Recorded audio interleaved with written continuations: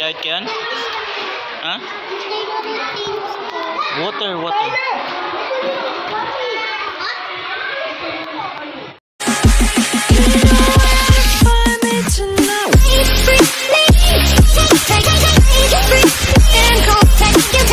Hello guys!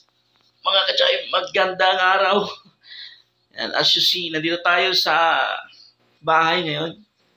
So, nakalib ako sa work. Yan, welcome back dito sa channel natin, sa channel ko, at saka dito din sa bahay. So, sa araw na to, susunduin natin yung baby ko. Yan, ito yung first time na susunduin ko siya sa school. Yan. At yun nga, sabi ko naka-leave tayo dahil malapit na yung birthday niya. So, yan. Yun yung dahilan kung bakit tayo nag-leave sa work. Sa ngayon nga ay susunduin natin siya dahil half day lang sila ngayon dahil may exam sila ngayong umaga and then mamayang hapon wala na silang pasok. Tapos si Mrs. ay may pupuntahan mamaya. So hindi niya maharap na susunduin si Jamil or ihatid dito. Kaya ako na lang yung susundo. So yan, tara, sunduin natin siya. A few moments later. At ready na tayo. Nag-jacket na tayo dahil mainit. Ayan. So dalhin din natin ito dahil kailangan to. Then dadaanan natin yung motor dyan sa baba, kanila mama. Ayan, tara. At baka naiinip na yun. Ayan, dito na nga tayo at hintayin lang natin siya.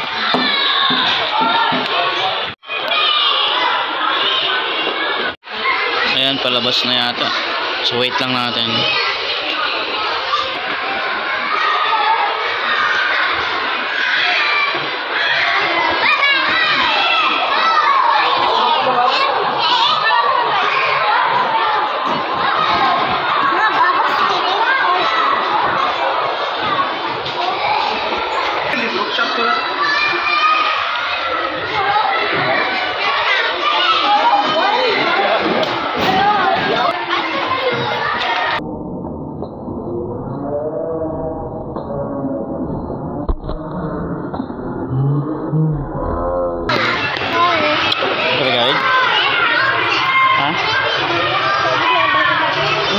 Alam na to. Sige, alam din kita tagal to. Don't drink the sito. Ha? Yan naman balikin natin. Ano garo to? Kahit yan? Ha? Water. Ayan, nandito na kami sa classroom ni Mrs. At kumakain na siya. Chicken Joy. Nakalibre na naman siya dahil may birthday sa classroom nila. Ayan, so kumakain siya. Bigay ng classmate niya dahil birthday niya. Ayan, so dito na rin tayo kakain dahil hintayin natin si Mrs. Ayan guys, nandito na tayo sa bahay. Sa bahay nila mama. Ayan o. Nasunod na natin yung bruha. At ayan o, nag-aircon na naman siya dyan o.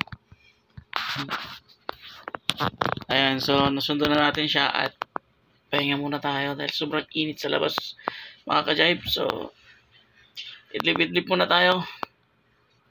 Bye bye.